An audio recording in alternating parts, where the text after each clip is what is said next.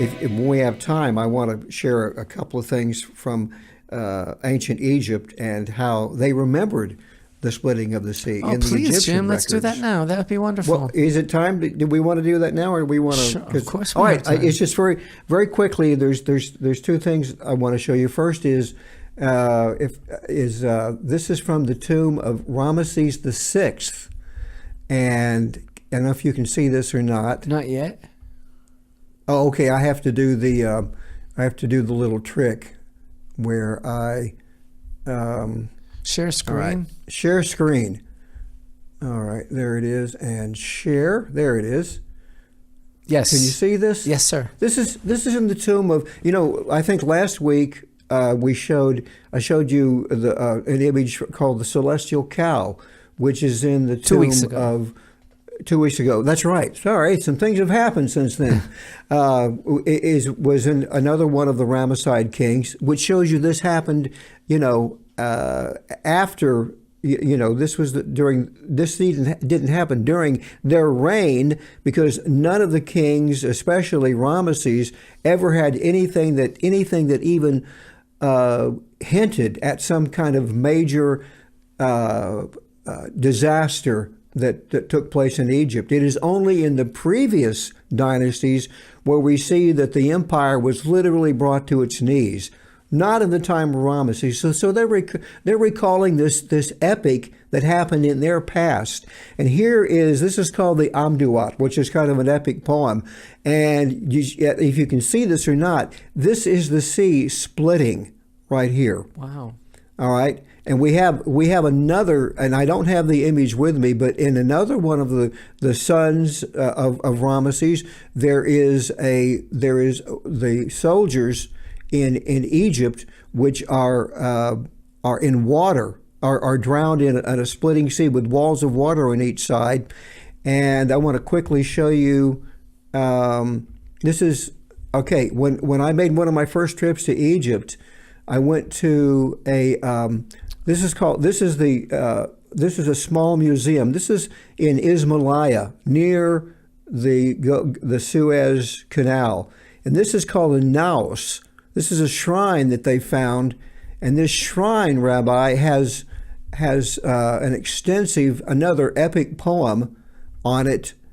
I went to the wrong one. Sorry about that. But anyway, it's about 4 feet high. It's made of black granite. There used to be doors on this. They put an idol inside, and you can't see it in this detail, but the naos is actually covered with hieroglyphs on the sides and also on the front and the back. And let me see if I can pull up the other bit. I shot this on that particular visit it's the same footage. Okay, I'm sorry. I thought I pulled up all the right clips. Anyway, this naos is covered with an epic poem about the gods and this fight that they had. We can go back to full screen. I'll stop the share. And I want to read to you from this shrine that we just showed you that was found near the northern end of the Gulf of Suez, which would have been the region that the Israelites would have marched out of the Nile Delta, and they would have been turned back towards the northern end of the Gulf of Suez, aka Yam Suf, which is where the sea split. And they arrived at the shores of Yam Suf, of the so-called Red Sea, at least one whole night and day before the splitting of the sea. And of course, every Passover, the Jewish people worldwide celebrate the seventh day as the day that the sea split. But on this naos is an epic about the gods having this battle. The gods are Shu and Geb, and then they also involve the god Tefnut.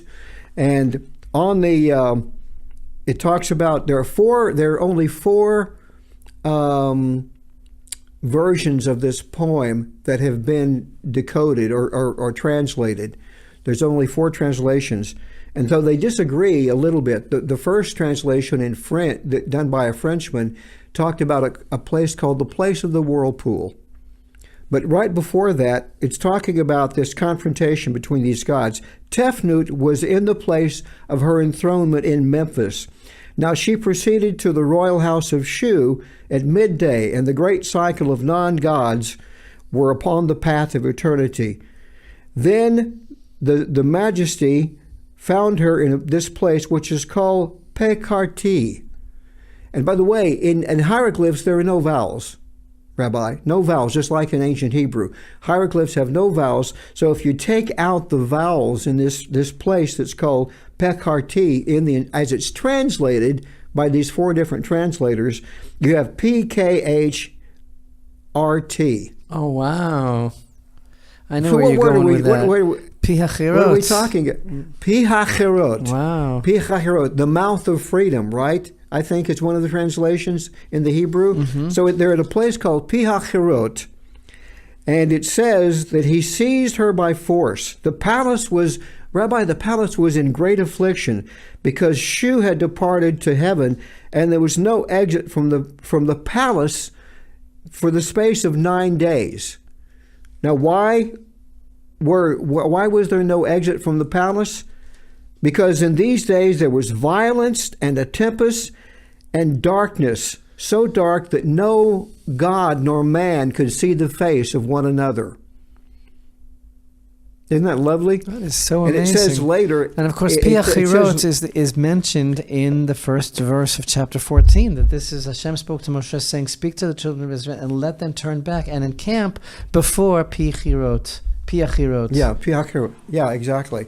With a chet, and this word Pikarti has a kh like a chet sound to it.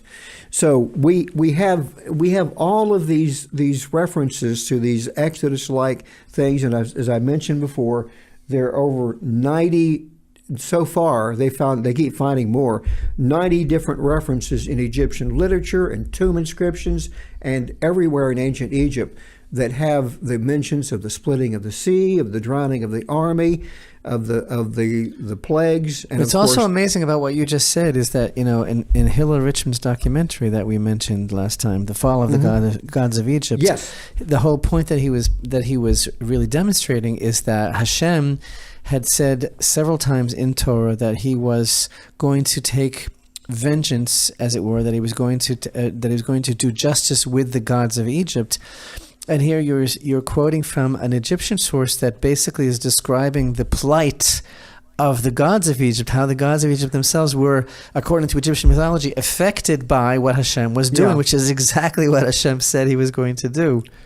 Right. And I want to really awaken our audience to please keep in mind that one of the ways that they try to disprove the Exodus is archaeologists will say, they have this idea, and even secular historians, that these plagues were just these, if they even happened, they were so minor that they didn't even appear in Egyptian history. Of course, we're seeing now that they did, that they're mentioning it. And of course, the famous Ipuwer Papyrus, which is like reading an Egyptian's own vision of what happened. And the plague of blood, the plague of the firstborn being killed, the ravage of the crops, the hail with lightning in it, and the enemies of Egypt, which is what they call the Israelites, leaving Egypt and taking the king with them. And then another one that says that many of our people became part of the enemy on that day, the mixed multitude. Wow. This is all in the Ipuwer, and there's even more. But the thing that I want to stress I don't understand. is this is not hidden like from scholarship, the Ipuwer Papyrus? Why is it not getting more play? And how can they deny these things? But they just deny them because they downplay the because plagues, they have PhDs. Downplay that they were. That gives one the license to. The thing that we have to remember is that these were monumental literally, I mean, these were, you read the description of the plagues and then go into the oral tradition and see how they flesh out, how even more severe they were. And you begin to appreciate how it literally would bring any nation to its knees, especially when the final one, the death of the firstborn. And the other thing that was going on, it says that I will destroy the gods of Egypt. This was done ultimately by defeating all of them in each of the plagues, but also all of the monuments and any building that was erected to honor a god of Egypt, and all of the, what we today call the needle-shaped, I suddenly forgot what they're called. Obelisk. This is trouble with being my age. Obelisk? The obelisk. See, this is why even the greatest Egyptologist needs an assistant like myself to back you up.